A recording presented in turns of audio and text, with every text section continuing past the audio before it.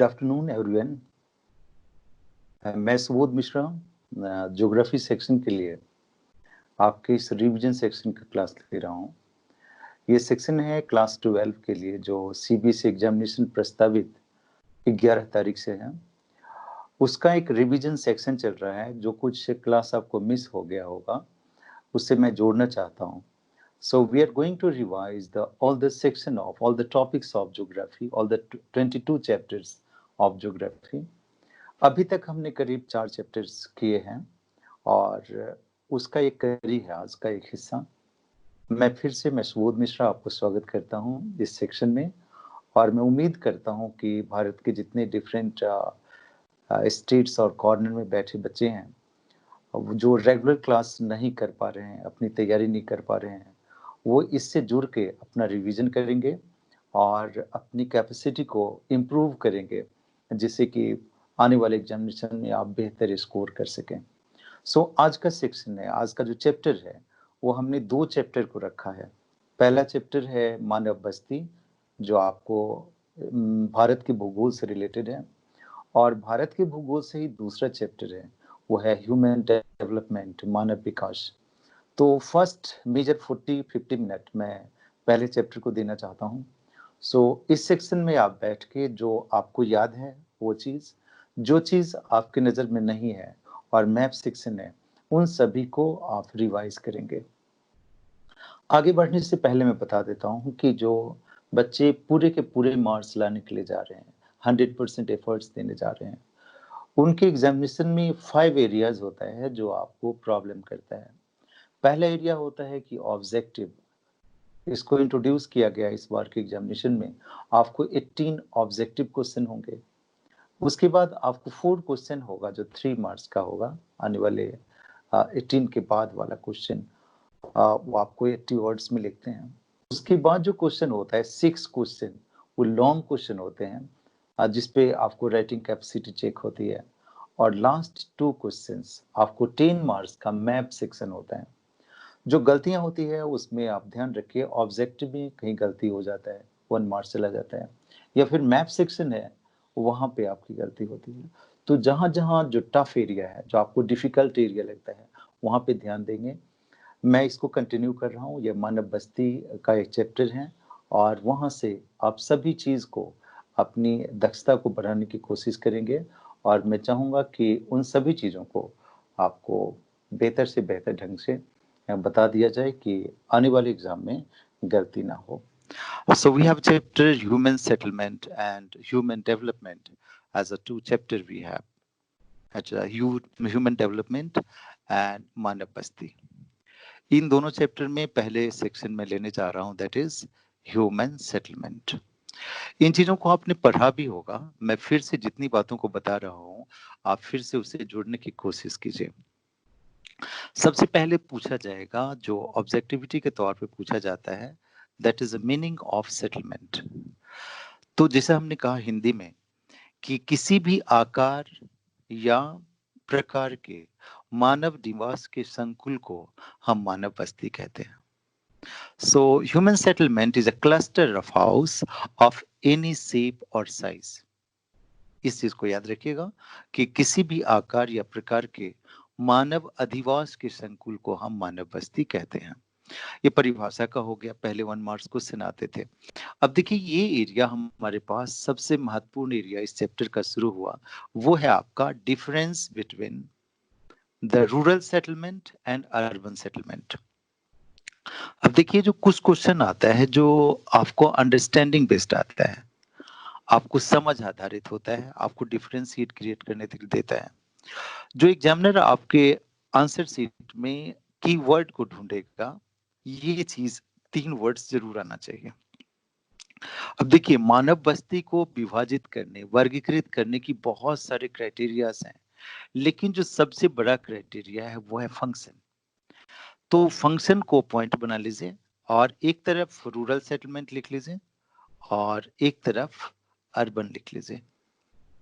एक तरफ ग्रामीण बस्ती हो गई, एक जगह नगरीय बस्ती हो गई।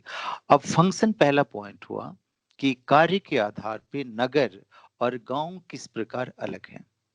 तो देखिएगा जो ग्रामीण बस्ती होती है जो रूरल एरियाज हैं, वहां पे प्राथमिक क्रियाओं की प्रमुखता होती है और 75% से ज्यादा व्यक्ति इन क्रियाओं में लगा होता है जो प्रकृति से संबंधित होता है। प्राइमरी एक्टिविटीज मीन्स क्या हुआ, जो प्रकृति से संबंधित हो, नेचर रिलेटेड वर्क हो।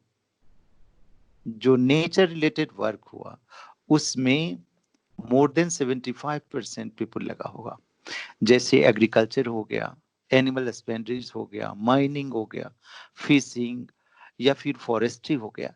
इन चीजों को लगाकर ग्रामीण क्षेत्रों में ज्यादा से ज्यादा 75% से ज्यादा व्यक्ति लगा होगा। लेकिन अर्बन एरिया में क्या होगा कि प्रोसेसिंग में लगा होगा। यहाँ पे देखिए डिफरेंस क्या हो गया, that's a processing. Processing means जो प्राइमरी प्रोडक्ट है नेचर का, उसको प्रोसेस करके फिनिश्ड गुड्स बनाते हैं, उसको इंडस्ट्री कहेंगे। और उसको सपोर्ट करने वाला जो एक्टिविटीज होगा वो सर्विस सेक्टर होगा। तो यहाँ पे 75% से ज्यादा व्यक्ति नॉन एग्रीकल्चर वर्क में लगा होगा। तो पहला डिफरेंस आप बहुत अच्छे से लिखिए। जब भी एग्जामिनेशन को शुरू करते हैं, हम लिखना शुरू करते हैं, तो आपको जो फर्स्ट स्टेप होना चाहिए बहुत ही बोल्ड, लाउड एंड क्लियर होना चाहिए। जो आप लिखने जा रहे हैं, जो बिल्कुल आपको समझ में होना चाहिए, एग्जामिनर को सही मैसेज आए। So first is a nature related work, जिसमें 75% से ज्यादा व्यक्ति हो, और अर्बन एरिया में मोर देन 75% व्यक्ति नॉन एग्रीकल्चर वर्क में लगा होगा। एक डिफरेंस हो गया। दूसरा देखिए, that is a node. Node और सर्विस। यहाँ पे देखिए कि एक व्यक्ति नगर में रहता है, तो नगर जो है वो सेवा देने वाला केंद्र होता है। जैसे बड़ा सा मार्केट, स्पेशलाइज्ड मार्केट हो गया, और वहां पे सर्विस रिसीव करने वाला वो रूरल एरिया होता है। So urban area provide service to rural area and it is a nodal area. Node को एक बार और मैं समझाने की कोशिश करता हूँ, नोड के संबंधित अंडरस्टैंडिंग बेस्ड अगर क्वेश्चन है तो उसको आप देख पाए। जैसे कोई सड़क का दो टर्मिनल है या बीच में क्रॉस है, तो देखिएगा यहाँ इन सभी एरिया में नगर का विकास हो जाता है।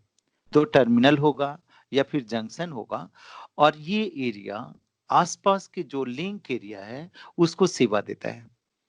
सो नगर होता है नोडल केंद्र, और सेवा रिसीव करने वाला ये लाइन पे बना हुआ ग्रामीण क्षेत्र होता है।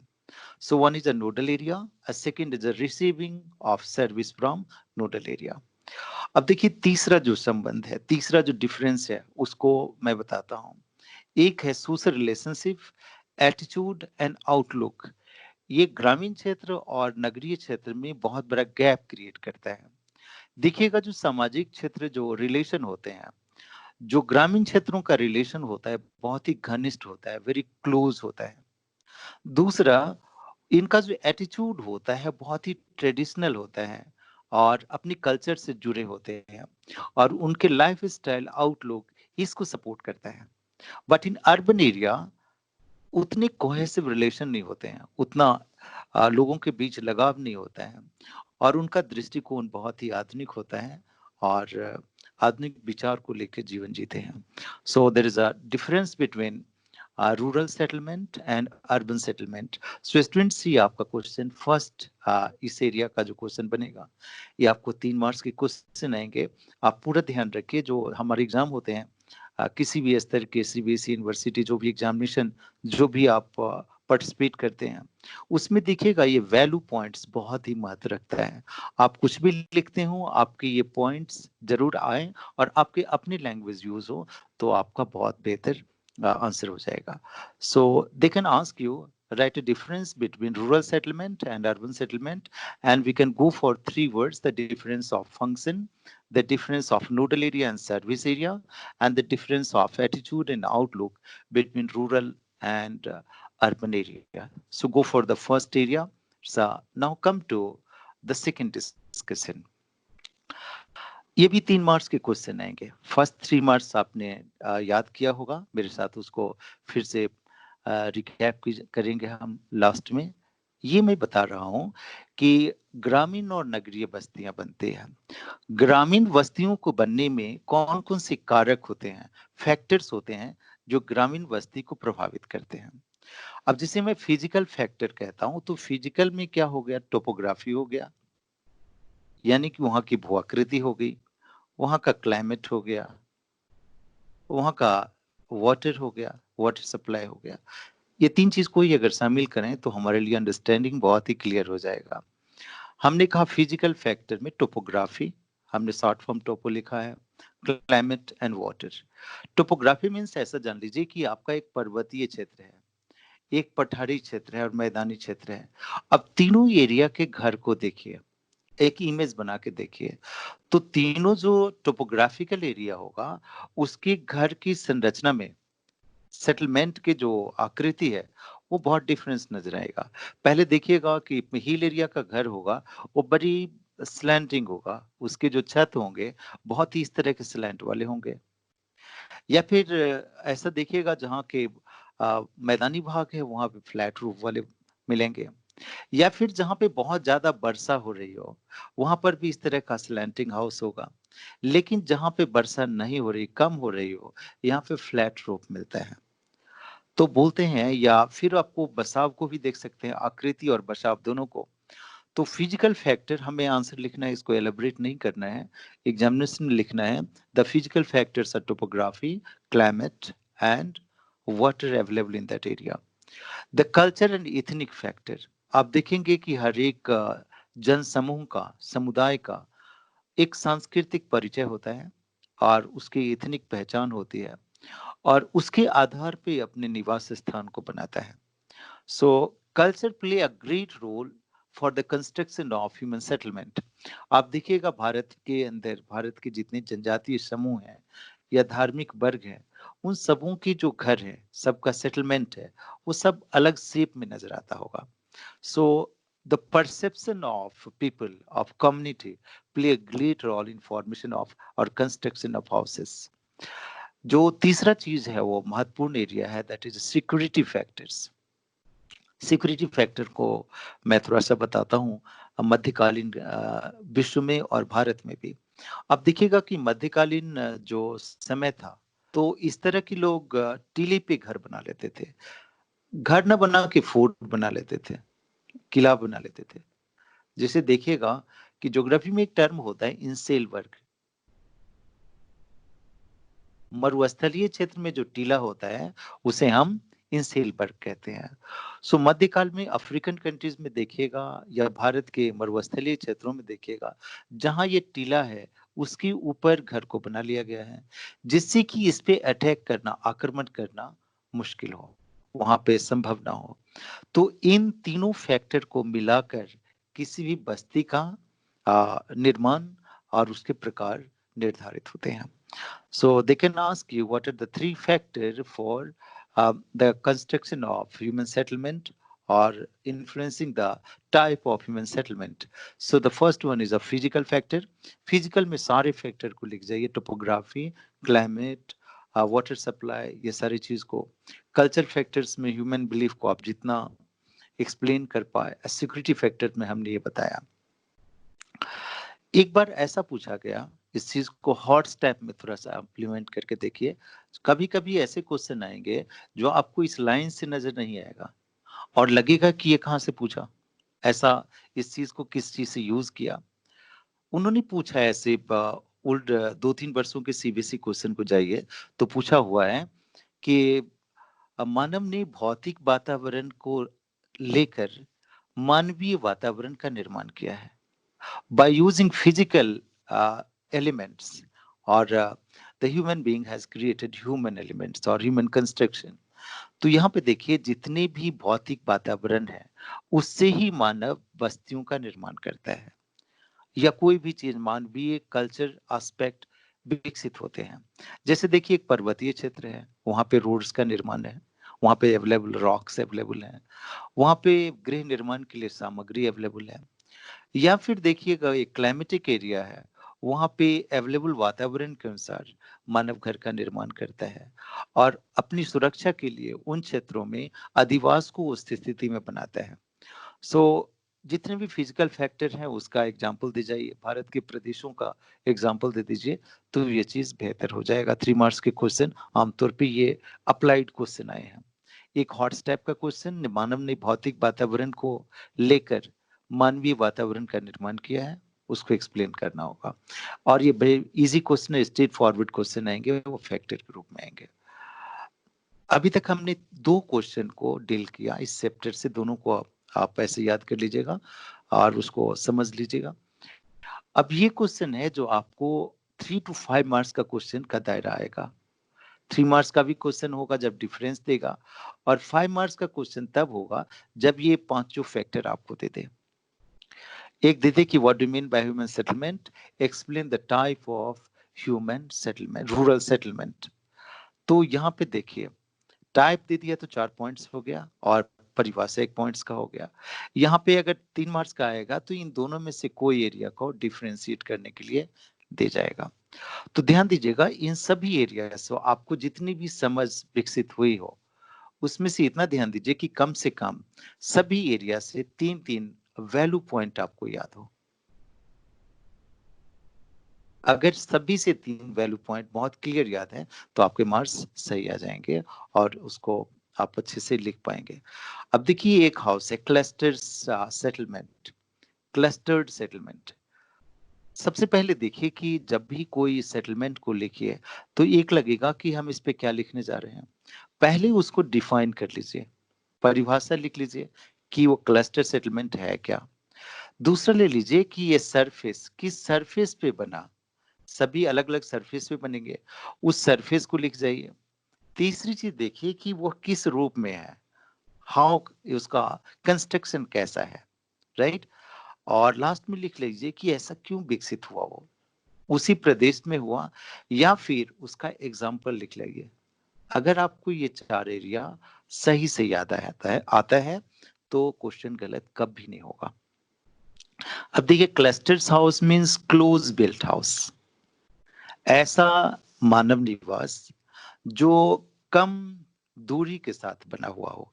एक बस्ती और एक निवास और दूसरे निवास के बीच अगर दूरी कम हो तो उसे हम क्लस्टर्स या गुच्छित बस्ती कहते हैं। हिंदी में अब लिखें तो इसको क्या लिखेंगे हम, गुच्छित बस्ती कहते हैं। So closely built house is a clustered house. अब सरफेस कैसा होगा, जब भी कोई क्लस्टर बनेगा तो वो एरिया बिल्कुल मैदानी भाग होगा, लेवल सरफेस पे ही क्लोज बिल्ट हाउस होते हैं। तो सरफेस एरिया लिख लेंगे कि भारत के मैदानी क्षेत्र में पंजाब से लेके बिहार, बंगाल, ये सभी एरिया में जो हाउसेस बने हुए हैं वो क्लस्टर्ड हाउस है। दूसरी चीज देखिए, यहाँ पे जब भी दूसरे एरिया का ऑड एग्जाम्पल 1 मार्क्स का पूछता है, ये तो हुआ मैदानी भाग के क्षेत्र। एक मरुस्थल एरिया जान लीजिए, यहाँ पे डेजर्ट है, और डेजर्ट में यहाँ पे कोई ओएसिस हो, झील हो, तो जितने हाउसेस हैं क्लोज टू इस झील के पास बन जाएंगे। तो वहां पर ऐसा ऑड क्वेश्चन ऑब्जेक्टिव आए कि गुच्छित बस्ती मैदानी क्षेत्र छोड़ के किन अन्य क्षेत्रों में विकसित हुई है, तो वहां पे मेन एरिया होगा जो एरिया आपका वाटर का सोर्स होगा। इवन डेजर्ट में भी इस तरह की बस्ती का विकास संभव है और एग्जाम्पल के रूप में है। तो आपको डिफिनीशन याद हो गया होगा, कौन से सरफेस से बना, इट्स वेरी क्लियर। और ऑड एरिया जो डेजर्ट में अगर ओएसिस एरिया है, मरुद्यान एरिया है, तो वहां उसका विकास होगा।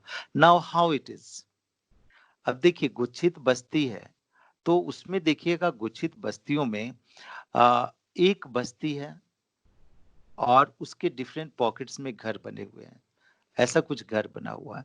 तो इस बस्ती को जो विभाजित करने का काम करेगा वो एरिया आइदर प्लेग्राउंड होगा, चारागाह भूमि होगी, ग्रेजिंग लैंड होगा।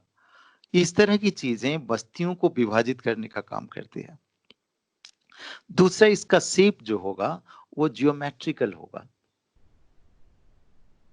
देखिए, यहां मैंने जो एक्सप्लेन किया वो ये किया कि हाउ इट इज, किस रूप में है, किस रूप में है, उसकी अंडरस्टैंडिंग ये हुआ कि एक बस्ती और दूसरी बस्ती को विभाजित करने का काम जो रूरल लैंडस्केप होता है, वहां पे आइदर प्लेग्राउंड होते हैं या ग्रेजिंग लैंड होता है, वो उसको विभाजित करेगा। और इस बस्तियों का शेप होगा वो ज्योमेट्रिकल होगा, आइदर ट्रायंगल होगा, लीनियर होगा, रेक्टेंगल होगा, किसी भी शेप का होगा, राइट। अब ऐसा विकास इसलिए हुआ कि जहाँ भी मैदानी भाग है वहाँ जल की बहुत आपूर्ति मिलती है, बहुत उपजाऊ भूमि है, और नगरों का इस एरिया में जो एक्टिविटीज है, इकोनॉमिक एक्टिविटीज बहुत ही क्लोजली एसोसिएटेड होता है। सो इसके कारण जो बस्तियों का, क्लस्टर हाउस का विकास मैदानी क्षेत्रों में देखने को मिलता है। तो मेरे ख्याल से ये चीज आपको बहुत ही क्लियर नजर आया होगा कि क्लस्टर हाउस किसको बोलते हैं, गुच्छित बस्ती किसको कहते हैं। अब देखिए अर्धगुच्छित बस्ती, हमारे पास एक दूसरा शब्द आया, आपको दे देगा गुच्छित, अर्धगुच्छित में अंतर लिखें।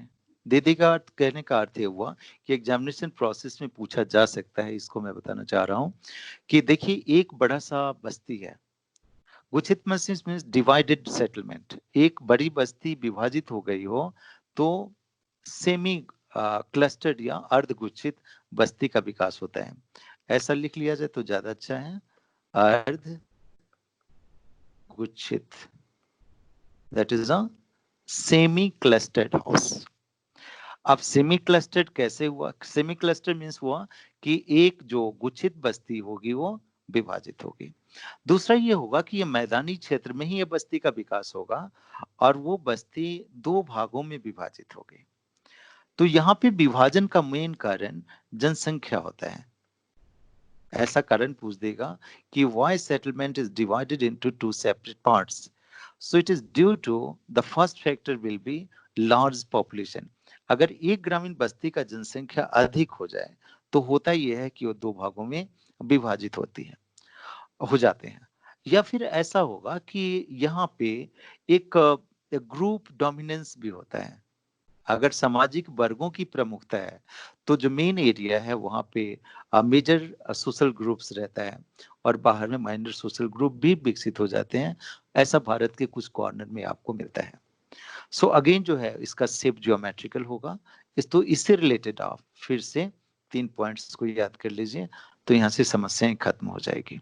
ठीक है, अब एक है हमारा हैमलेट। हैमलेट को यहाँ पे समझिए, हैमलेट बहुत जरूरी है समझना इस सेंस में कि गुच्छित और अर्धगुच्छित बस्ती का ही टूटा हुआ रूप हैमलेट होता है और इसका संबंध सामाजिक वर्गों से होता है।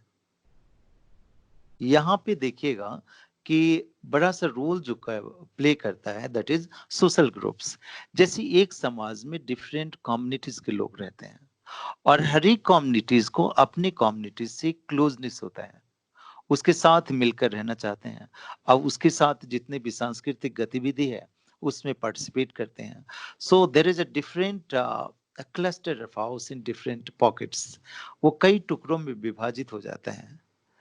इसको पल्लीकृत बस्ती भी कहते हैं, हैमलेट भी कहते हैं, पूर्वा भी कहते हैं। सो ऐसी बस्तियां जो सांस्कृतिक और सामाजिक वर्गों के कारण अलग अलग वर्गों में विभाजित हो जाती हो उसे हम हैमलेट सेटलमेंट कहते हैं। उसके नाम याद कर लीजिएगा, जो हमने कहा पल्ली होता है, पूर्वा होता है, ये सारे नाम को याद कर लेंगे।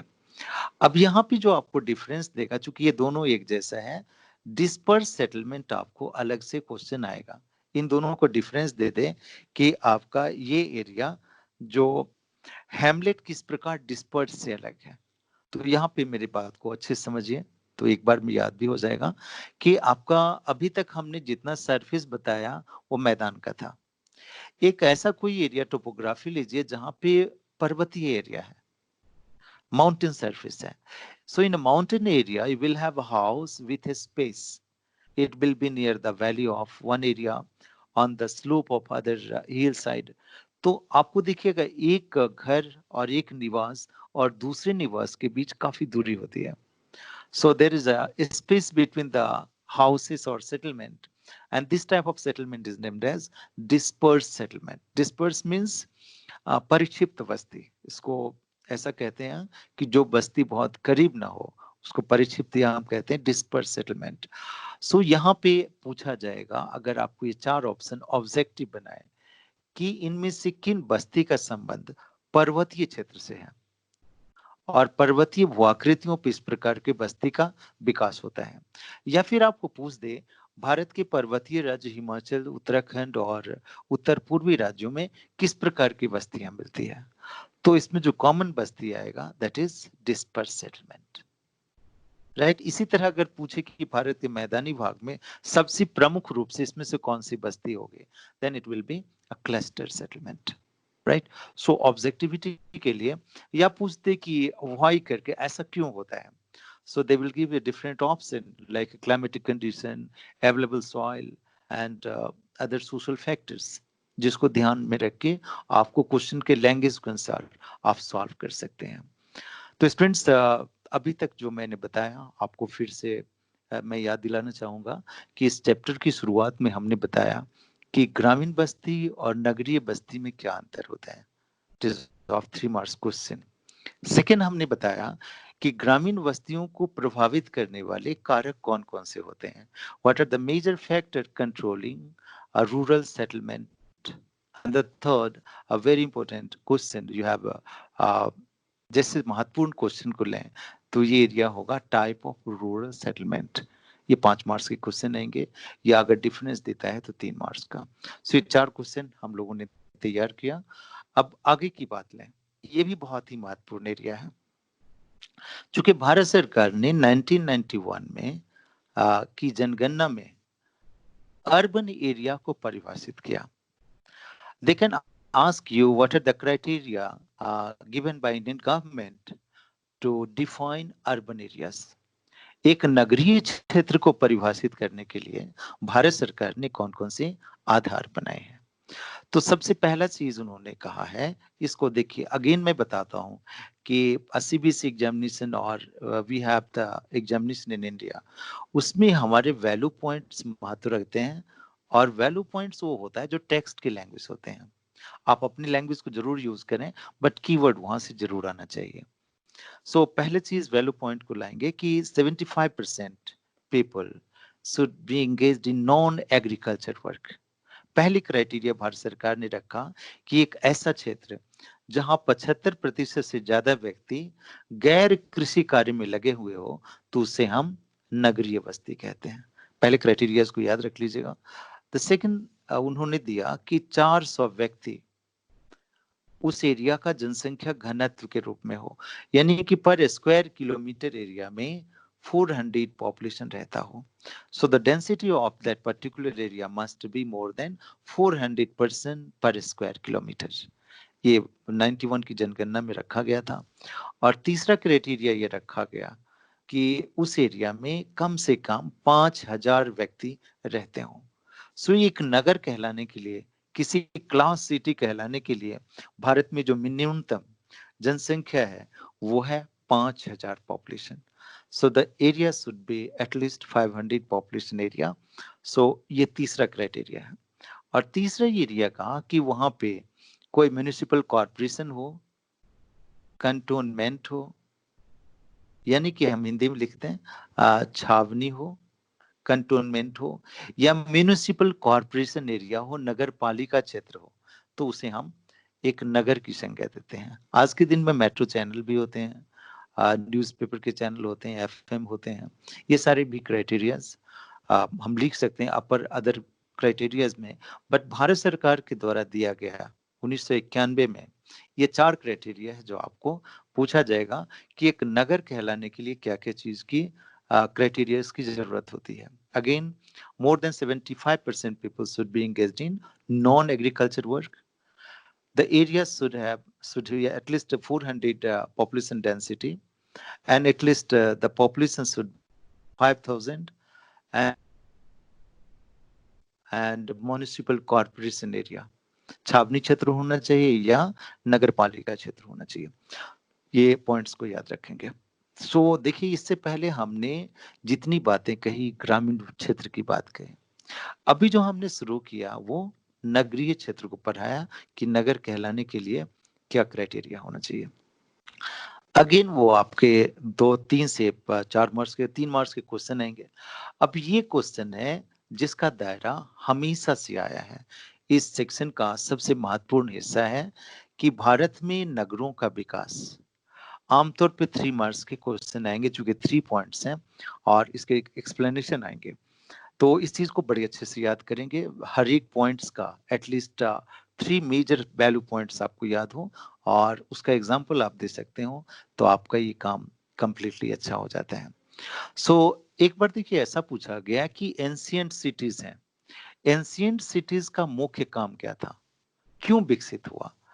तो जो प्राचीन नगर हैं, प्राचीन नगरों के विकास का मुख्य कारण कल्चरल एक्टिविटीज था, सांस्कृतिक नगर थे। ऐसा भी आपको ऑब्जेक्टिव पूछ सकता है कि भारत के जो प्राचीन नगर हैं वो किस प्रकार की क्रियाओं से संबंधित हैं। So they are related to cultural activities. So प्राचीन नगर सांस्कृतिक नगर है। अब सांस्कृतिक नगर भारत के कौन कौन से रहे हैं प्राचीन काल में, उसमें सब्जेक्टिविटी के लिए भी और ऑब्जेक्टिविटी के लिए आप ये तीनों नगरों को याद कीजिएगा। ये पटना है, यहाँ पे वाराणसी है, ये उज्जैन है और यहाँ पे मदुरई है। आपको कोई भी एक आ जाता है कि ऑब्जेक्टिविटी के रूप में कि दक्षिण भारत का सबसे प्राचीन नगर का नाम बताएं, तो ये हो गया मदुरई, जो आप तमिलनाडु का नगर है। मध्य भारत का उज्जैन हो गया। ये उत्तर भारत का आपका सबसे प्रमुख नगर वाराणसी और पाटलिपुत्रा हो गया। अब इसमें से डिसाइड करना हो सबसे प्रमुख, तो हम वाराणसी को टिक आउट करते हैं। ऐसा ऑब्जेक्टिव बुक में भी दिया हुआ है कि उत्तर भारत का सबसे प्रमुख सांस्कृतिक नगर प्राचीन काल में वाराणसी था। So we have two cities in North India, Patla and Varanasi, and in South India we have Madurai of Tamil Nadu, and in Central India we have Ujjain। ये इसको याद कर लिया। ये सभी नगर थे जिसमें सांस्कृतिक और धार्मिक गतिविधियों के कारण इन नगरों का विकास हुआ। ये प्राचीन नगर थे। तो आपको फर्स्ट एरिया जो 2000 वर्ष से पुराने नगर जो आपके बुक्स में है, 3 पॉइंट्स हमने कहा, उन चीजों को याद कर लेंगे। अब देखिए दूसरा नगर है जो मध्यकालीन नगर है, जो भारत के मध्यकालीन क्रम में विकास हुआ, मध्यकालीन इतिहास के क्रम में विकास हुआ। ऐसा कहा जाता है, तो हमारे बुक में लिखा हुआ है कि नगर प्राचीन नगरों के खंडहर पर विकसित हुए। एनसीईआरटी और बुक के लैंग्वेज को मैं यूज कर रहा हूं। So these city develop on the ruins of old cities. So ऐसे सिटी मध्यकाल में विकसित हुए, पुराने नगरों के खंडहर पे विकसित हुए। और ऐसे नगरों में आप अजमेर को यहाँ देखेंगे, हैदराबाद को देखेंगे, जयपुर को देखेंगे। ऐसे नगर आपको ढेर सारे नगर आएंगे, जो लखनऊ को देखेंगे, उत्तर प्रदेश का नगर। ये सभी नगर मध्यकालीन विशिष्ट नगर के रूप में आप विकसित हुए। ये नगर हैं, कम से कम 4 सिटीज को याद कर लीजिए, लखनऊ, अजमेर, जयपुर और हैदराबाद। ये दूसरे क्रम के नगर थे। एंशिएंट एंड मेडिवल सिटीज को हमने आपको पढ़ाया। अब देखिए तीसरे क्रम का नगर आया, that is a modern city. Modern city है ऐसा नगर जिसको विकसित करने का कार्य ब्रिटिशर्स ने किया या कॉलोनियल पावर ने किया। जो औपनिवेशिक शक्तियां थी, उन लोगों ने ऐसे नगरों को विकसित करने का काम किया। अब देखिए कैसे थे नगर ये, इसको मैप पे भी इसको लाएं। ऐसा कोई नगर हुआ कि हमारे यहाँ मुंबई हो गया, कलकत्ता हो गया, चेन्नई हो गया। ऐसे नगरों को विकसित करने का कार्य औपनिवेशिक शक्तियों ने किया, जो औपनिवेशिक काल में भारत को रूल किया। तो ये 3 क्रम हो गया जो ऐतिहासिक क्रम में प्राचीन से आधुनिक नगरों का विकास हुआ। अब देखिए यहाँ पे यही नगर तो खत्म हो गए नहीं, विकास तो खत्म हुआ नहीं। तो एक लास्ट पैराग्राफ हम जोड़ेंगे यहाँ पे, एक लास्ट पैराग्राफ को जोड़ेंगे। जो भारत को जब आजादी मिली, तो उसके बाद नगरों का विकास अलग रूप में होने लगा। जैसे देखिए भारत की जो एडमिनिस्ट्रेटिव सिटीज डेवलप हो गए, जो भारत देश की राजधानी, राज्यों की राजधानी विकसित हो गई। भारत की पर्यटन से संबंधित नगर विकसित हो गए, भारत की औद्योगिक नगर विकसित हो गए। एक पैराग्राफ में औद्योगिक नगर, एक पैराग्राफ में सभी चीज को लिख जाइए। चूंकि आपके पास 60 to 80 वर्ड्स होगा इस सभी को डिफाइन करने के लिए। So you can go for 3 major points as ancient town, medieval town, modern town, and the last, the after independence, we have different types of towns developed due to economic and administrative activities in India. Bharat में जो प्रशासनिक कार्य विकसित हुए, पर्यटन विकसित हुआ, उद्योग और वाणिज्य विकसित हुआ, जिसके कारण भारत में अन्य प्रकार के नगर बाद में विकसित होने लगे। सो इन चीजों को आप उसमें जोड़ दीजिएगा। अभी तक जो हमने फिर से, मैं पीछे की ओर जाके आपको फिर से याद दिलाऊं कि ये 4th क्वेश्चन था इस चैप्टर का, सीरीज का।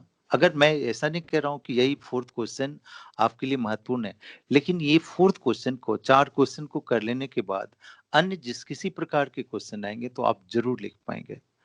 अगेन मैं बता दूं, द फर्स्ट हमने कहा the difference between rural and urban settlement, the second one the factor for the development of rural settlement, the third हमने कहा the type of rural settlement, उसके बाद हमने नगर को परिभाषित किया चौथे क्वेश्चन के रूप में, और ये पांचवा जो ये 3 मार्क्स का क्वेश्चन डील किया वो था आपका the type of the evolution of Indian city in 3 phases।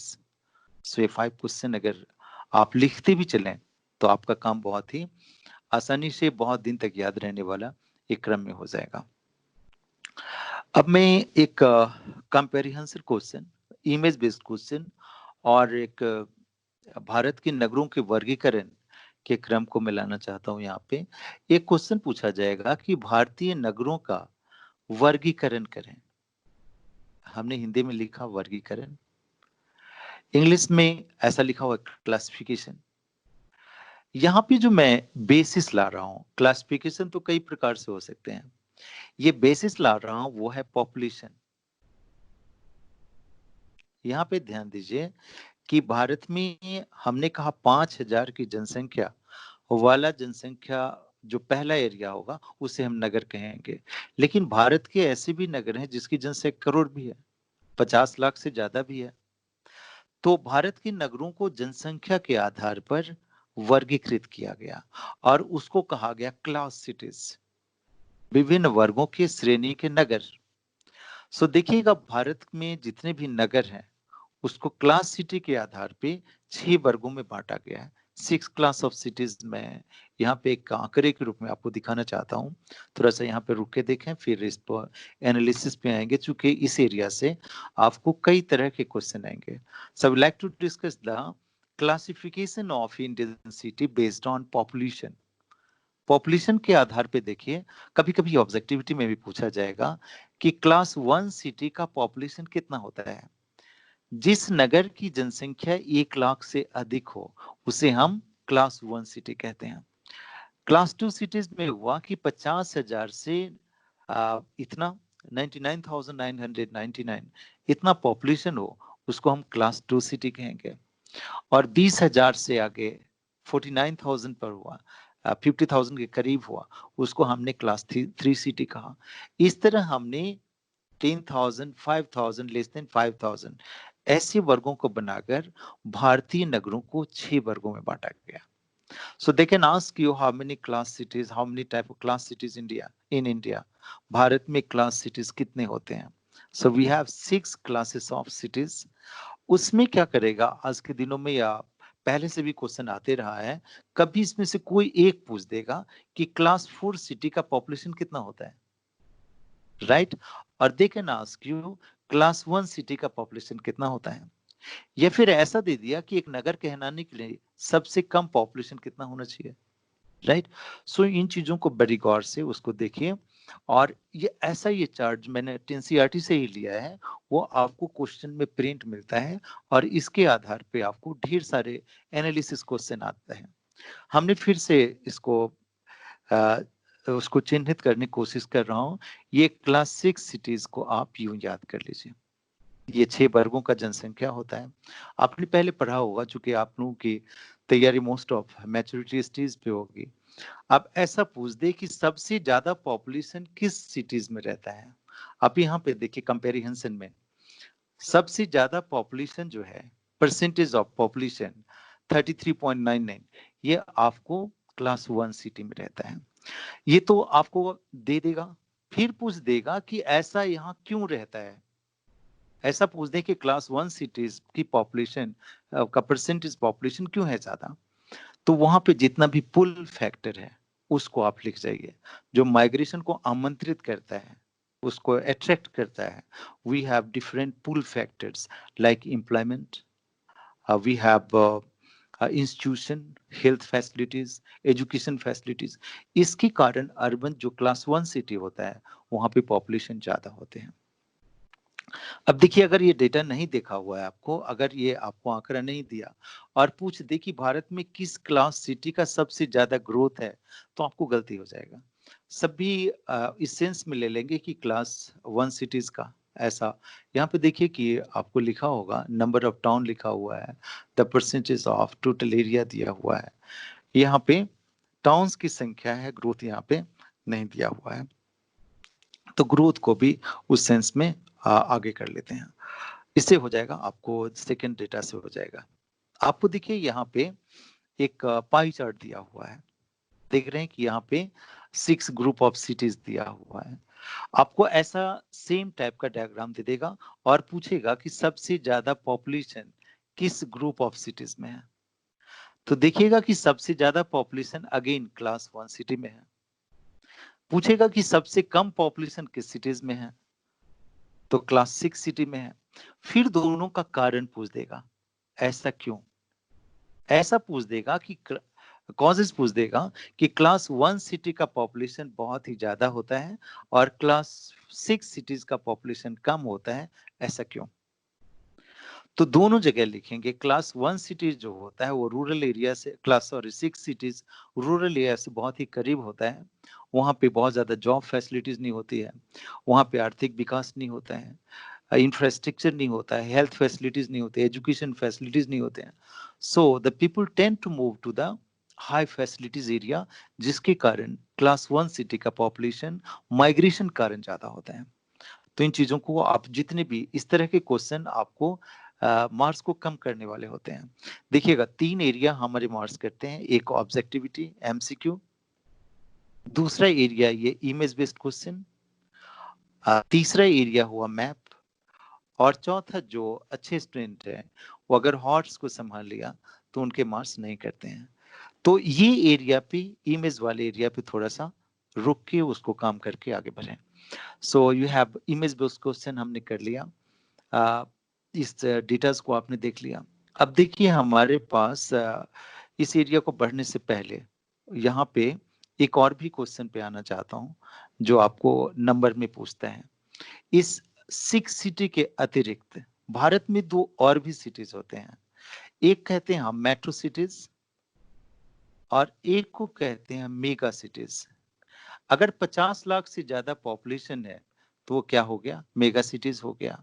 और 1,20,00,000 से ज्यादा, 10 लाख से ज्यादा का पॉपुलेशन एरिया है तो उस एरिया को हम कहते हैं metro cities. So class 6 cities के अतिरिक्त 2 सिटी आया, एक मेट्रो सिटीज और एक mega city.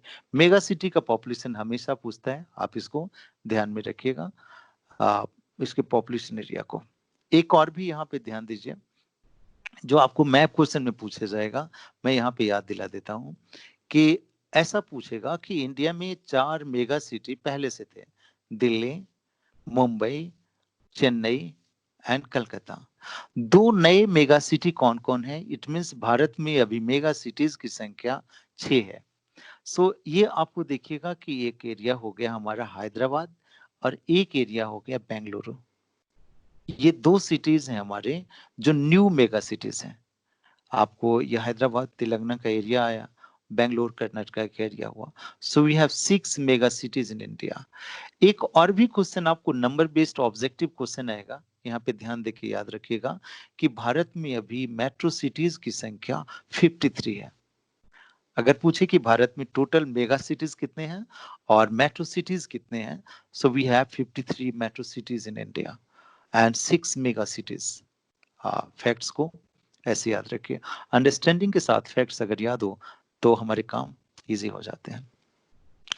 Now come to the next part of discussion, जो यहाँ से जोड़ना चाहूंगा कि एक 5 मार्क्स का क्वेश्चन इस एरिया से श्योर शॉर्ट क्वेश्चन बनता है जो आपको देगा कि भारतीय नगरों को उसके कार्यों के आधार पर वर्गीकृत करें। On the basis of function classify Indian cities. हमने अभी जो तैयार किया on the basis of population, जो class 1 to 6 cities plus mega city and metro cities पढ़ा। Now we have the classification of Indian city based on function। अब students याद रखें कि हमने जो इस चीज को यहाँ लिखा है उसमें पूरा ये ध्यान दिया है कि सीक्वेंस से आपको याद हो सके। जब भी कोई आप सीक्वेंस में एक कॉन्सेप्ट से याद रखते हैं तो आपको रटना नहीं पड़ता है। आपको यहाँ पे ध्यान दीजिए कि हमारी जितनी आर्थिक क्रियाएं होती है, आर्थिक क्रियाओं से नगरों का संबंध होता है, और उन आर्थिक क्रियाओं को अगर सीक्वेंस में ले आइए तो नगर खुद ही याद हो जाएगा। सो देखिएगा, जो सबसे पहले जो कोई इकोनॉमिक एक्टिविटीज डेवलप होता है नगर के लिए, वो होता है माइनिंग। देखिएगा कि भारत में जब विकास हुआ तो भारत में औद्योगिक विकास के लिए ऐसे नगरों का विकास हुआ, and those were the mining cities. खनन के लिए नगरों का विकास हुआ। जैसे देखिए नॉर्थ ईस्ट में आपका दिग्बोई का विकास हो गया। दिग्बोई आपको याद होगा कि असम में पेट्रोलियम उत्पादन के लिए है। यहाँ पे देखिए झारखंड का एरिया, वहां पे धनबाद देखिएगा, ये एरिया, इस एरिया में धनबाद का विकास हो गया, इस एरिया में ऐसे नगरों का विकास हो गया। या फिर एमपी में सिंगरौली का विकास हो गया। इस तरह के नगर जो खनिज के कारण विकसित हुए हों, ऐसे नगर को कहा गया माइनिंग सिटीज। क्लियर? सो ऐसे नगरों को इस सेंस में रखेंगे। अब देखिए इंडस्ट्रियल सिटीज, जहां पे खनिज हो तो वहां पे उद्योग का भी विकास होता है। तो देखिएगा यही खनिज के क्षेत्रों में जो उद्योग विकसित हुए बाद में नगर के रूप में हो गए। जैसे देखिएगा टिस्को आपके पास है, टिस्को एक जमशेदपुर सिटी डेवलप हुआ और इंडस्ट्रियल टाउन हुआ। यहाँ पे देखिए एक भिलाई जैसा शहर विकसित हो गया एमपी में। एमपी नहीं, छत्तीसगढ़ के ये आज के दिन में ये भिलाई जैसा औद्योगिक केंद्र विकसित हो गया। उड़ीसा में राउरकेला जैसा केंद्र विकसित हो गया। ऐसे केंद्र जो, या फिर तमिलनाडु में कोयम्बटूर जैसा केंद्र विकसित हो गया।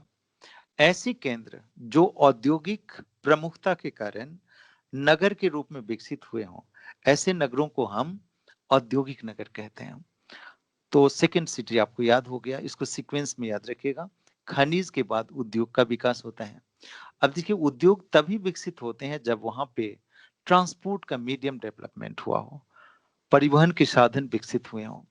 हमने कभी आपको चर्चा किया होगा किसी अदर सेक्शन के विकास में, डिस्कशन में, कि हमारे एक उत्तर प्रदेश में एक जगह है मुगल सराय। मुगल सराय, मुगल सराय एक ऐसा जगह है जहां से सभी एरिया के रेलवे वहां पे कन्वर्ज होते हैं। तो औपनिवेशिक काल में ये केंद्र जो था एक मेजर जंक्शन था, और जंक्शन के कारण इसका एक नगर के रूप में विकास हुआ। या फिर देखिएगा कि एमपी का जगह है, एमपी का जो है एक जगह सतना एरिया है, और ऐसे एरिया में देखिएगा रेलवे जंक्शन इटारसी एक जगह आएगा। एक्चुअली इटारसी को देखिएगा, मध्य भारत, उत्तर भारत, दक्षिण भारत सभी को जोड़ने का काम करता है। सो इटारसी भी के रेलवे केंद्र है और वो नगर के रूप में विकसित हुआ। दूसरी चीज देखिएगा, जितने भी बंदरगाह हैं वो नगर के रूप में विकसित हुए हैं, चूंकि वो ट्रांसपोर्ट का सेंटर होता है। इसको एक्सप्लेन करने के लिए ऐसा यूज करेंगे। यहाँ पे ध्यान दीजिएगा कि जब भी हम इस तरह के क्वेश्चन को लिखते हैं तो हम एग्जाम्पल लिख जाते हैं, उसका एनालिसिस कम लिख पाते हैं। तो इसको पहले एक्सप्लेन कीजिए और फिर एग्जाम्पल दीजिए। दूसरा देखिएगा कॉमर्शियल सेंटर, ऐसा केंद्र जो एक व्यावसायिक केंद्र रहा हो और फिर वह नगर के रूप में विकसित हो गया हो। जैसे उत्तर प्रदेश का एक मेजर सिटीज हम सहारनपुर को पढ़ते हैं, तो सहारनपुर एक उत्तर प्रदेश का एक कॉमर्शियल टाउन के रूप में है। उसके बाद देखिए एडमिनिस्ट्रेटिव टाउन। एडमिनिस्ट्रेटिव टाउन को आप सीक्वेंस में, हायरार्की में पढ़ लीजिए। जैसे देश की राजधानी हो गई, एक प्रशासनिक नगर हो गया। दूसरा राज्यों की राजधानी हो गई, सेकेंड ऑर्डर पे हो गया।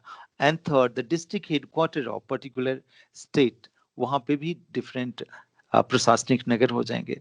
सो ऐसे नगर जिसका कार्य मुख्य रूप से प्रशासन का हो, वो क्या हुआ, एडमिनिस्ट्रेटिव टाउन हो गया। वो देश की राजधानी हो सकता है, राज्यों की राजधानी हो सकती है, या जिला मुख्यालय हो सकता है। ऐसे टाउन को हम एडमिनिस्ट्रेटिव टाउन कहते हैं।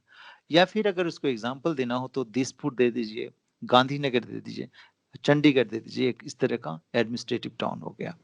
Now you have the major town that is a garrison town.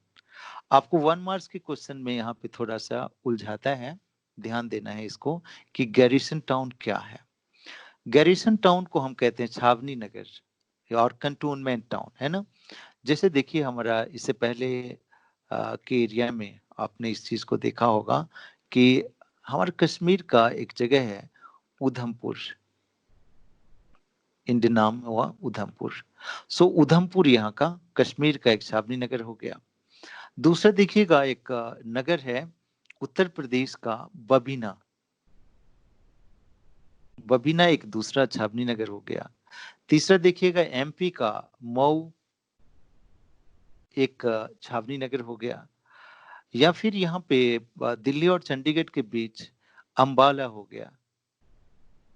So these are the cantonment town और छावनी नगर, जहाँ आर्मी के रहने के कारण, सेना के रहने के कारण वह एक नगर के रूप में विकसित हो गया हो। तो आमतौर पे देखिए यहाँ पे जितना नाम है, गैरिसन क्यों ज्यादा महत्वपूर्ण है, जितना नाम है उसमें आपको नाम को देखने से पता चल जाता है कि इस तरह का नगर होगा। लेकिन गैरिसन में ऐसा पता नहीं चलता है। So they can ask you about garrison cities, आप इसके एग्जाम्पल याद रखें। अब देखिए भारत में बहुत सारे ऐसे टाउन हैं जो एजुकेशन के लिए विकसित हुए और बाद में एजुकेशन एक्टिविटीज शुरू हुआ और बाद में नगर के रूप में विकसित हो गए हों। अब ऐसे नगरों में देखिएगा तो आपका जो प्रमुख नगर है इलाहाबाद देखिएगा, आपको मुगल से ये अलीगढ़ नजर आएगा। दिल्ली भी एक इस तरह का एजुकेशन सिटीज है। पिलानी आप कह सकते हैं, पिलानी एक रुड़की हो गया। ऐसे सिटीज को कम से कम 5 सिटीज को याद रखिए। देखिए ये सारी चीजें बहुत ही इजी था जब आपके पास ऑब्जेक्टिविटी नहीं था। आज के दिन में कोई एक नगर पूछ देगा और उसका कैरेक्टर पूछ देगा तो गलती होने की संभावना बनेगी। सो पिलानी, रुड़की, आपको अलीगढ़, इलाहाबाद, ये सभी के सभी सिटीज एजुकेशनल सिटीज हैं। Now you have religious city. बहुत सारे नगर हैं जो धार्मिक केंद्र के रूप में हैं। जैसे देखेंगे कि आपका एक नगर है अजमेर, तिरुपति। ऐसे नगर जिसकी पहचान आपका धार्मिक केंद्र के रूप में है, उसे हम रिलीजियस टाउन कहते हैं। और जब सभी कुछ विकसित हो जाए तो अंत में वह प्रदेश, वह क्षेत्र एक दर्शनीय स्थल हो जाता है, उसे हम टूरिस्ट टाउन कहते हैं। बस शिमला हो गया, ऊटी हो गया, डलहौजी, जितने भी सिटीज हो गए, वो आपका जो पर्यटन से जुड़ा हुआ उसे बोलते हैं हम टूरिस्ट टाउन।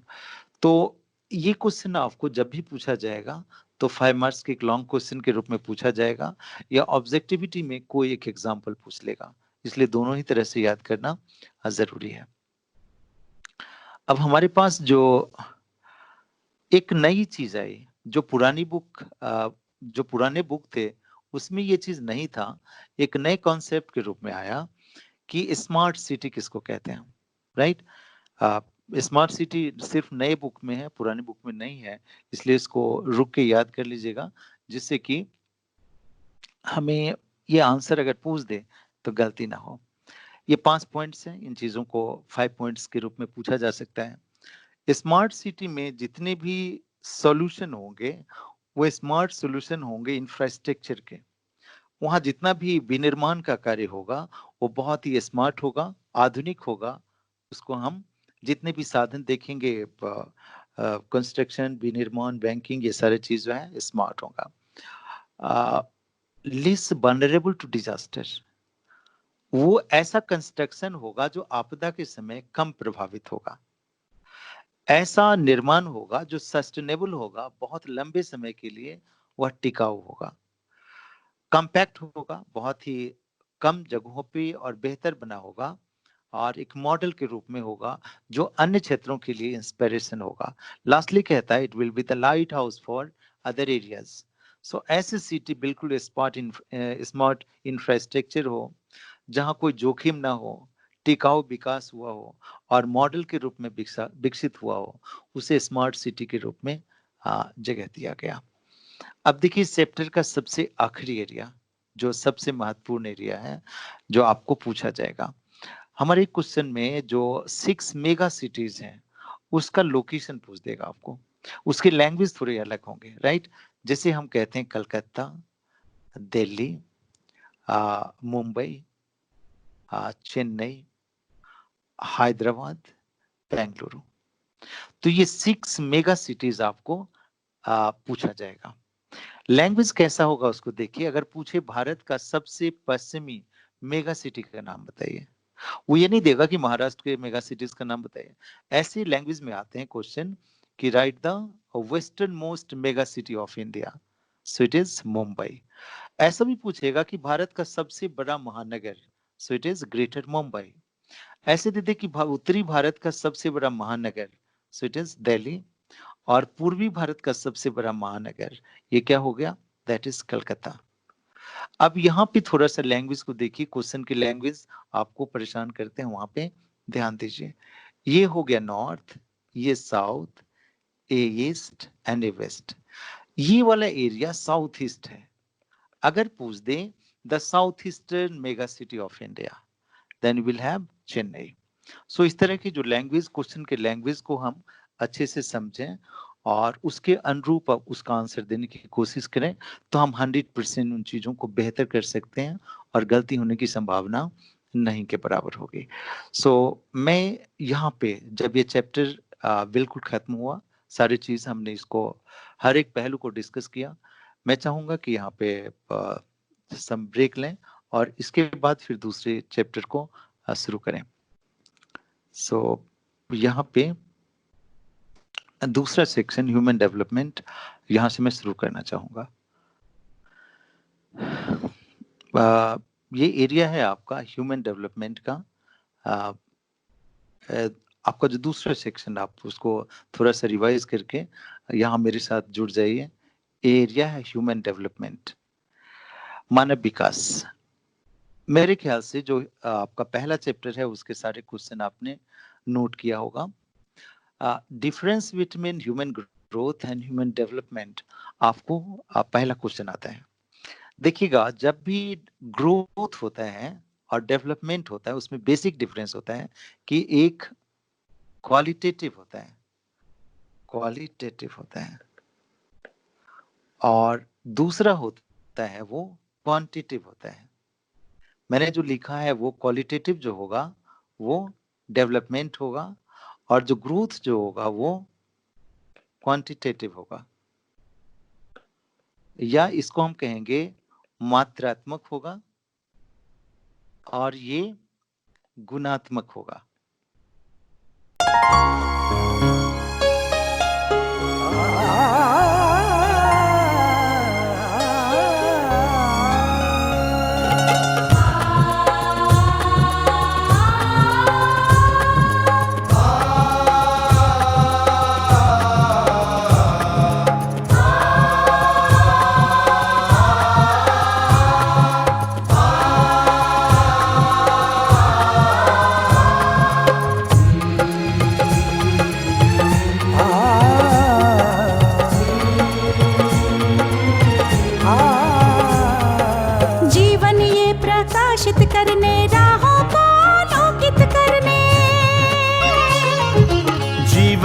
प्रकाशित करने, राहों को आलोकित करने, हम अपना दीपक स्वयं बने, हम अपना रास्ता स्वयं चुने।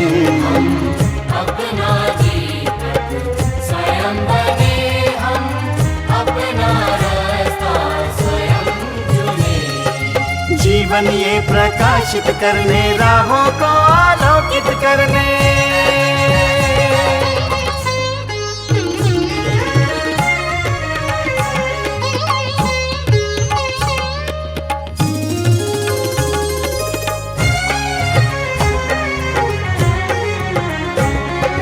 धन साधन समय की सीमा से विद्यालय जो मुक्त हो, धन साधन समय की सीमा से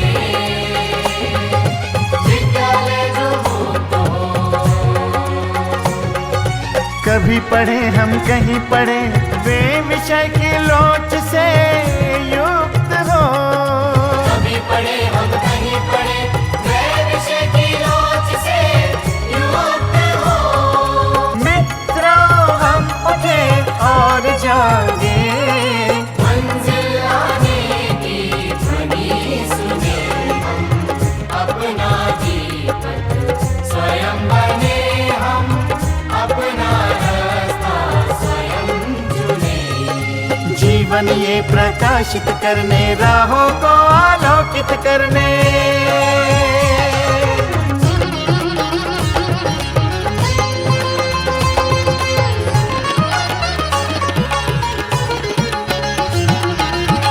राष्ट्रीय मुक्त विद्यालय का है द्वार खुला सबकी खातिर।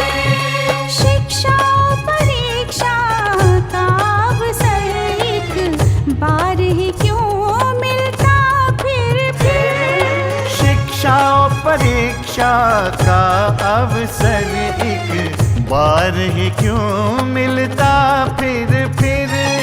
दुनिया में इसके केंद्र बहुत, कोई मन चाहा केंद्र चुने हम, अपना दीपक स्वयं बने हम, अपना रास्ता स्वयं चुने। कोई मन चाहा केंद्र चुने हम, स्वयं बने हम,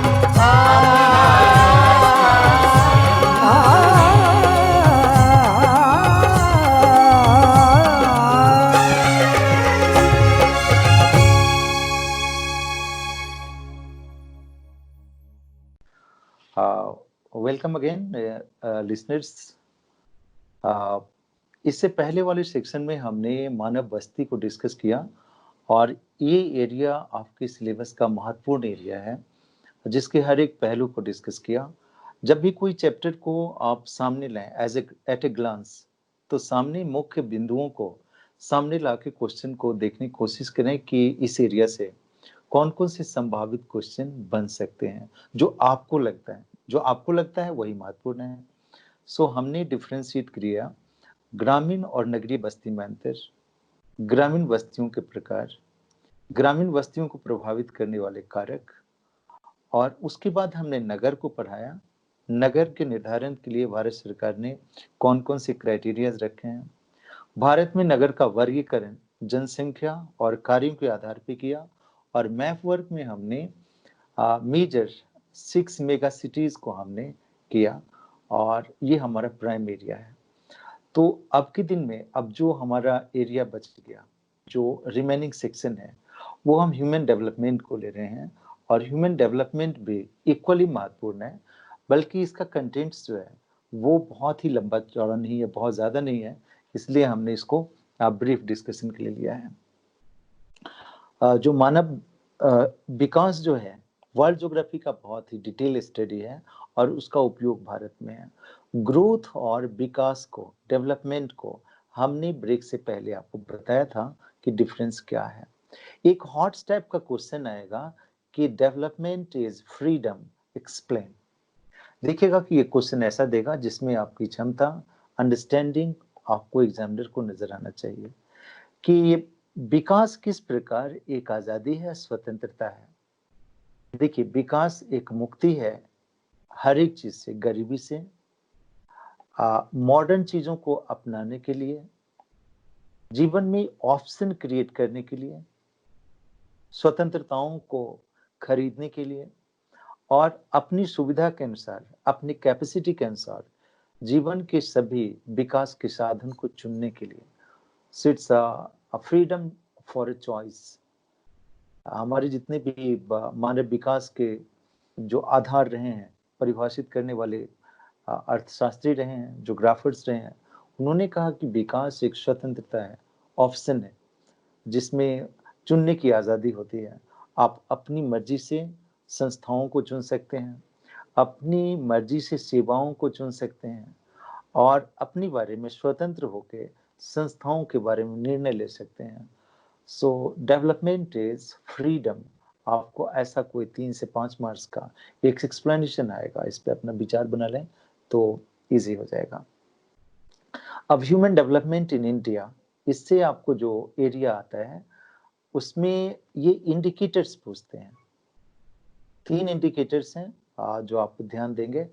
सबसे पहले इकोनॉमिक इंडिकेटर्स। इकोनॉमिक इंडिकेटर्स ये हुआ कि उसमें आपको आर्थिक रूप से जीडीपी कितना है, उस एरिया का जो प्रति व्यक्ति आय है वो कितना है।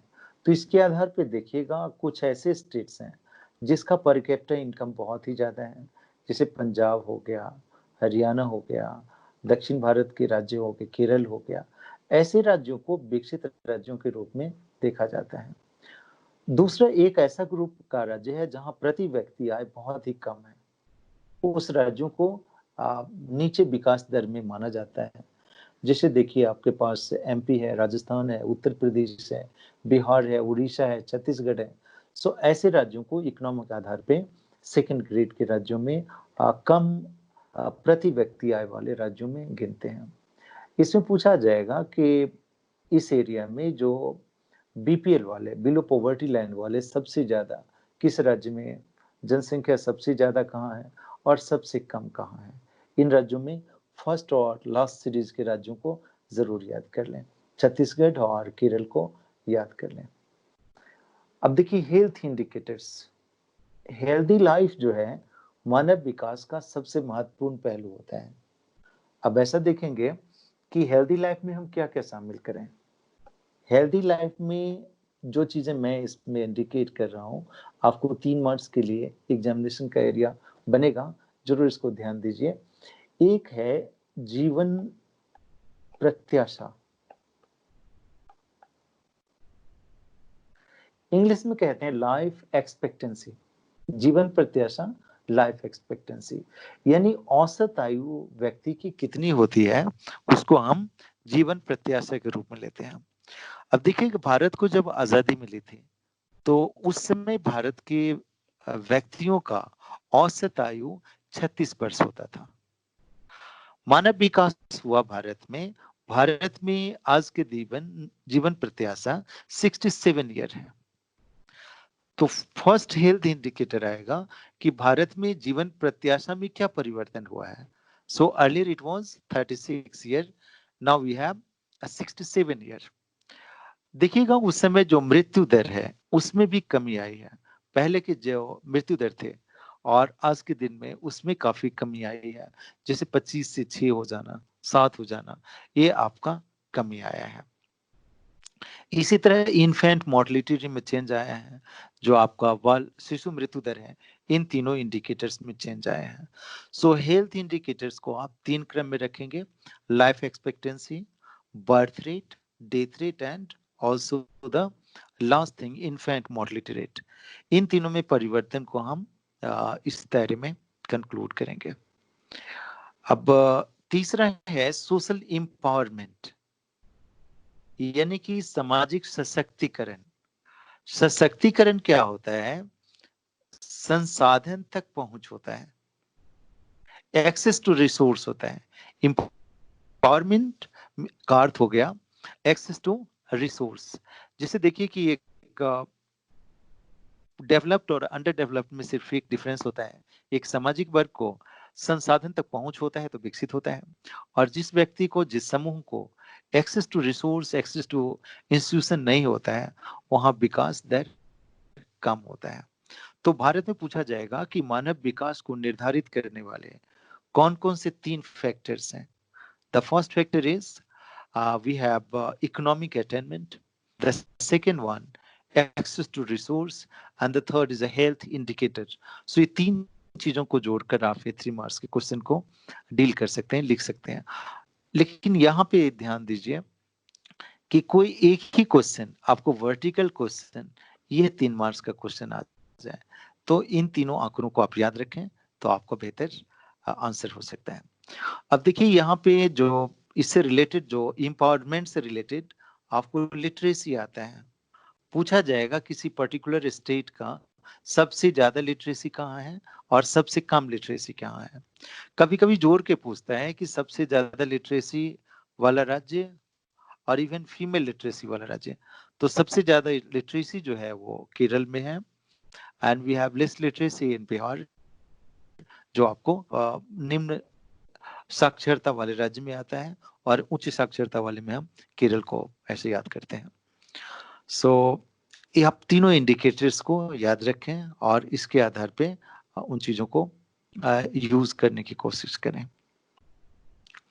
अब एक कंसेप्ट नए बुक में आया, ये पहले वाले बुक में नहीं था, जो आपको 2016-17 की बुक है। चूंकि न्यू बुक है इसलिए इन चीजों को जरूर आप एग्जामिनेशन का हिस्सा बने। जैसे हमने कहा स्मार्ट सिटी, एक नया कॉन्सेप्ट आपके बुक का एरिया आया, वैसे ही है स्वच्छ भारत। स्वच्छ भारत का जो एरिया है उस एरिया में हमें अपने पॉइंट्स को बनाने हैं। स्वच्छ भारत के लिए जो सबसे पहला पॉइंट आया, that is a solid waste.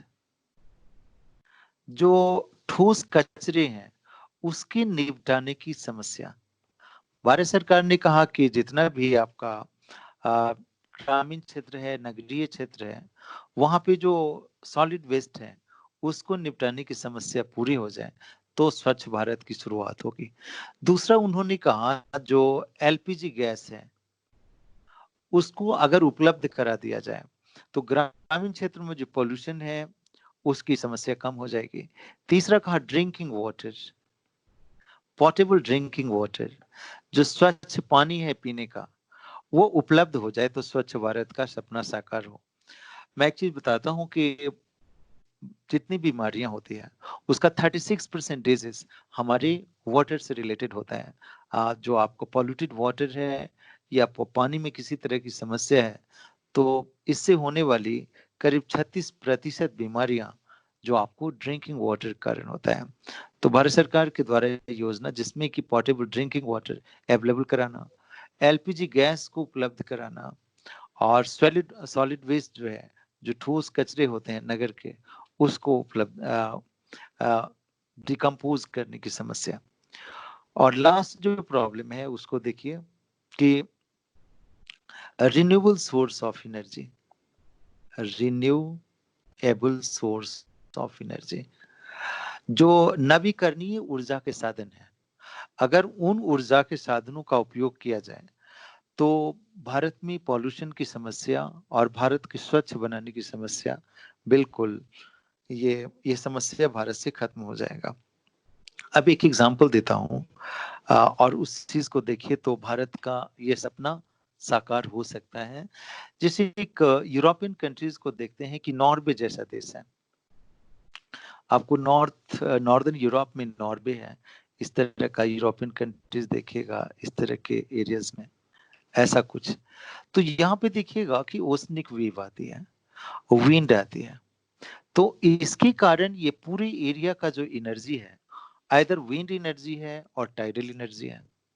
ऐसे कंडीशन में क्या हुआ कि उस कंट्री में पॉल्यूशन का लेवल बिल्कुल खत्म हो गया। सो रिन्यूएबल सोर्स ऑफ एनर्जी के उपयोग के द्वारा स्वच्छ भारत का सपना साकार करना, राइट। सो भारत में देखिए कितनी पोटेंशियल एरिया है, एक दिन हमने चर्चा भी किया होगा, आप उसको फिर से ध्यान से देखिए कि एक पर्वत एरिया है हमारा, एक तटीय क्षेत्र है हमारा, एक हमारा राजस्थान का मरुस्थलीय क्षेत्र है और पठारी क्षेत्र है। इस पर्वतीय क्षेत्र में जियोथर्मल एनर्जी है हमारे पास, तटीय क्षेत्र में टाइडल एनर्जी है हमारे पास, और मरुस्थलीय क्षेत्र में ये सोलर एनर्जी हमारे पास, और यहाँ पे हाइड्रो इलेक्ट्रिसिटी है।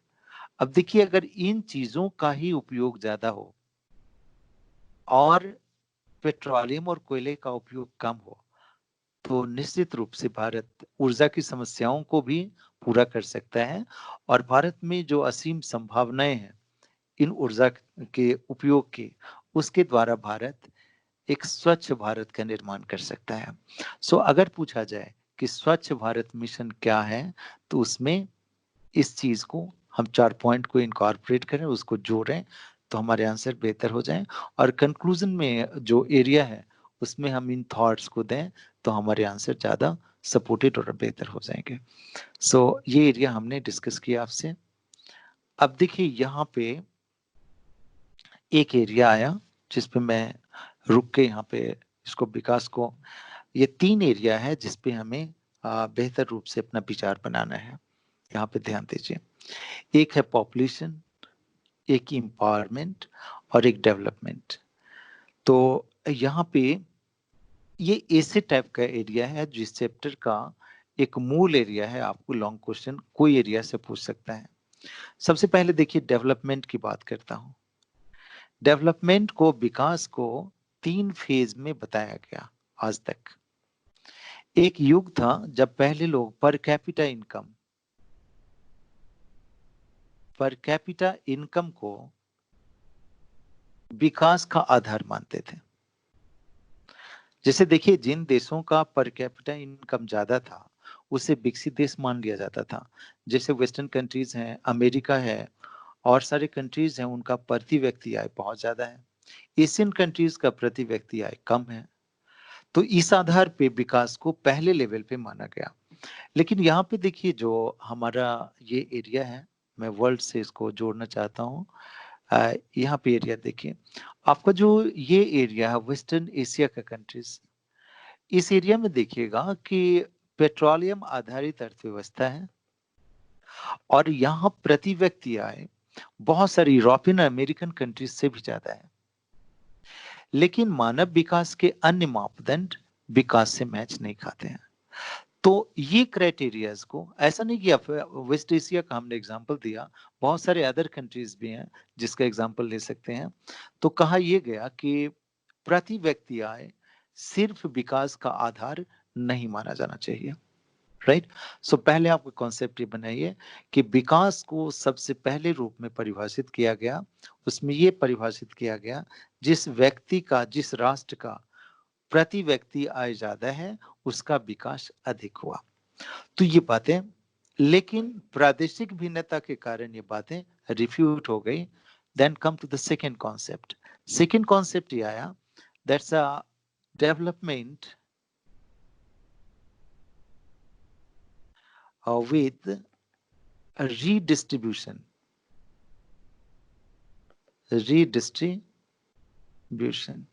इस बात को समझिए, डेवलपमेंट विथ रीडिस्ट्रीब्यूशन। विकास तो पहले भी था। यहाँ पे देखिए, यूरोपियन कंट्रीज सारी विकसित हैं, अमेरिका का उत्तर एरिया पूरा पूरा विकास है। यानी अगर हम ग्लोब को देखें ऐसा, तो देखेंगे कि उत्तरी गोलार्ध विकसित है और दक्षिणी गोलार्ध के दक्षिण अमेरिका, अफ्रीका, एशियन कंट्रीज ये विकसित नहीं है। तो अगर ग्लोब का एक हिस्सा विकसित हुआ, दूसरे एरिया विकसित नहीं हुए, इट मींस विकास नहीं हुआ। ऐसे सेंस में ये कहा गया, पुनः वितरण के साथ अगर विकास हुआ है तो उसको विकास माना जाना चाहिए।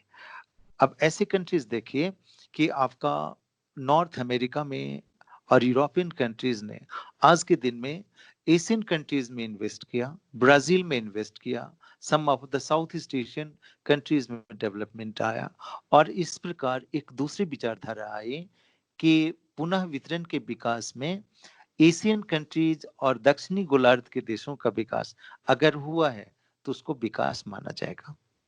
So the concept of development में पहला पॉइंट देंगे कि पहले का विकास प्रति व्यक्ति आय पर आधारित था। दूसरे सेंस में लाएंगे, दूसरे क्षेत्र में विकास को परिभाषित किया गया, द डेवलपमेंट विथ रीडिस्ट्रीब्यूशन। और तीसरी सेंस में जो विकास आया, इसको अच्छे से ध्यान दीजिएगा, जो आपका पृथ्वी सम्मेलन था, ब्रेटन वुड्स, जो रियो डी जेनेरो समिट था, उससे आया, वो आया सस्टेनेबल डेवलपमेंट,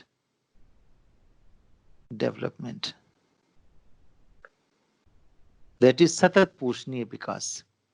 देखिए, तीसरे विकास को बहुत अच्छा से बताया गया, सस्टेनेबल, ऐसा जो सस्टेन कर सकता हो, यानी आने वाले पीढ़ी में, आने वाले दिनों में अगर संसाधन की कोई कमी ना होती हो, आने वाले पीढ़ी को संसाधन उपलब्ध रहता हो, तो मानिए कि वो विकास टिकाऊ विकास है, ड्यूरेबल विकास है, और वो विकास को परिभाषा के दायरे में लाया गया।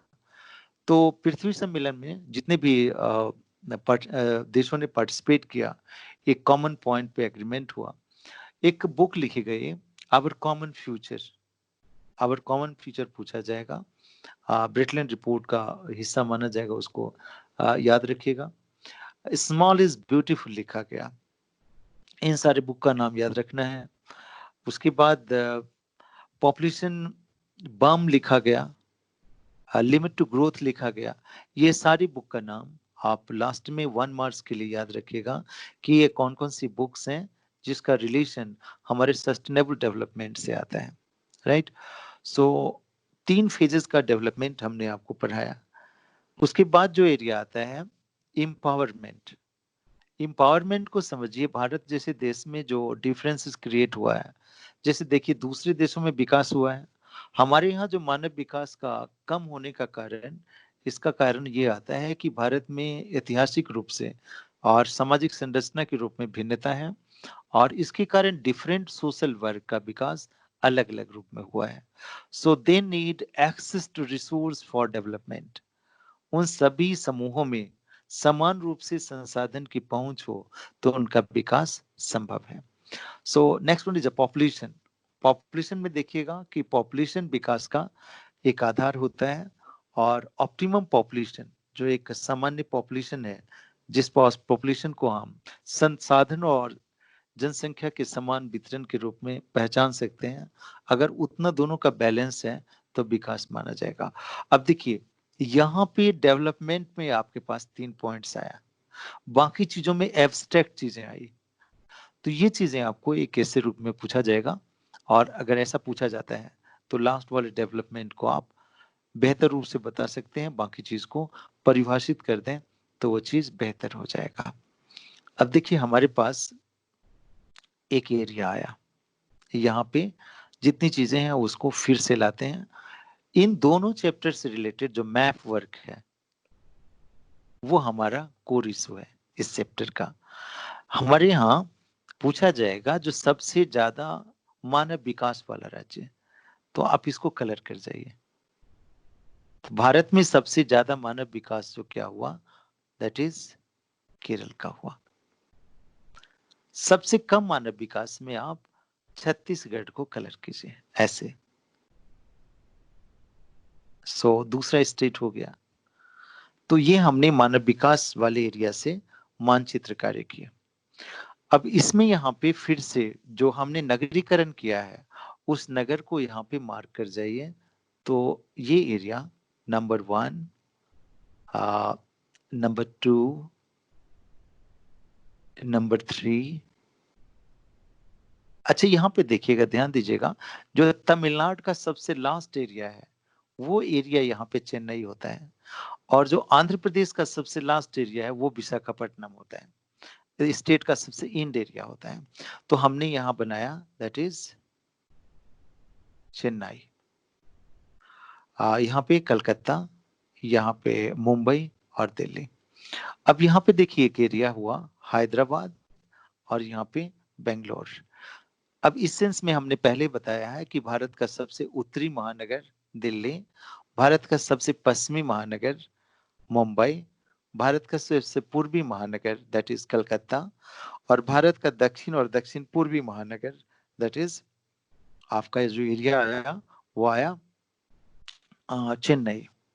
भारत के नए महानगर में आपको हैदराबाद और इसको याद रखेंगे, जो एरिया है आपका हैदराबाद एंड बेंगलोर, कर्नाटका का मेगा सिटी जो हो गया बेंगलोर।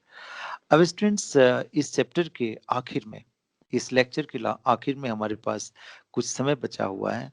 मैं चाहूंगा कि मेरे साथ उन सभी चीजों को याद करें एक क्वेश्चन के रूप में, जिसे हमें बहुत ज्यादा रीइंफोर्समेंट करना है, हमें याद करना है। सो हमने कहा सबसे पहला question, difference between that's a rural and urban settlement. ये आपको 3 मार्क्स का क्वेश्चन याद बनाए। दूसरा हमने कहा द फैक्टर्स, ग्रामीण बस्ती को प्रभावित करने वाले कारक। 5 मार्क्स का क्वेश्चन हमने कहा the types of rural pattern, compact settlement, semi compact settlement, Hamlet and disperse settlement. आपने पढ़ा है इसको। उसके बाद क्लासिफिकेशन ऑफ इंडियन सिटीज, याद आया, हमने क्लासिफिकेशन जो किए, वर्गीकरण किए, उसका 2 आधार बनाया, on the basis of population. 6 class cities बनाए, एक मेट्रो सिटी बनाया और एक मेगा सिटी बनाया। और दूसरा हमने वर्गीकृत किया on the basis of function, कार्य के आधार पर भारतीय नगरों का वर्गीकरण। एक बीच में जो आपको क्लासिफिकेशन से पहले आएगा क्वेश्चन 3 मार्क्स का, इवोल्यूशन ऑफ इंडियन सिटीज और 3 स्टेजेस ऑफ इंडियन सिटीज। सो आप देखिए कि 1 2 3 4, ये 5 ही क्वेश्चन यहां से आ रहे हैं। अगर ये 5 कोर एरिया को आप कमांड करते हैं तो गलती होने की संभावना बनती ही नहीं है। ये एरिया आपको कंफर्म रूप से पूरे के पूरे आप लिख पाएंगे। सेकेंड फेज जो एरिया आता है ह्यूमन डेवलपमेंट, उस एरिया पे मैं 2 मिनट का एक टाइम लेता हूं, उसको आप में कीजिए। इंडिकेटर्स तैयार कर लीजिए। इंडिकेटर्स तीनों, health indicator, economic indicators and access to resource indicator, और तीनों से कम 3 पॉइंट्स आपको याद होना चाहिए। दूसरी चीज जो हमने कहा वो बताया आपको डेवलपमेंट। डेवलपमेंट के 3 फेजेस को और बुक्स को याद कर लीजिए, प्लस मैप वर्क। तो इस एरिया में कोई संभावना नहीं बनती कि आपका एक क्वेश्चन गलत हो, बशर्ते आप उसे रेगुलर रिवाइज करते रहें। सो आई होप ये पूरा दोनों ही लेक्चर आपके लिए यूजफुल रहा होगा और आप इस एरिया में एक क्षमता के साथ एग्जाम को लिख पाएंगे। मैं समझता हूं कि ये रेगुलर प्रयास है। मैं जितनी सारी एरिया को मैं डिस्कस कर रहा हूं और प्रतिदिन जब भी मेरा कोई सेशन रह रहा है, मेरे साथ उसी दिन इस सेक्शन को याद करें, और जब मेरा लेक्चर खत्म हो जाए, मैं आपको समझा चुका हूं, तो उसको आप मेन पॉइंट्स को लिख के देख लीजिए। आपका एग्जाम बहुत ही बेहतर और बिना किसी बाधा के होगा। होप आप इसको एंजॉय किए होंगे, समझे होंगे। फिर नेक्स्ट लेक्चर में मिलते हैं। धन्यवाद सुनने के लिए और बेहतर ढंग से पढ़ने के लिए। Thank you.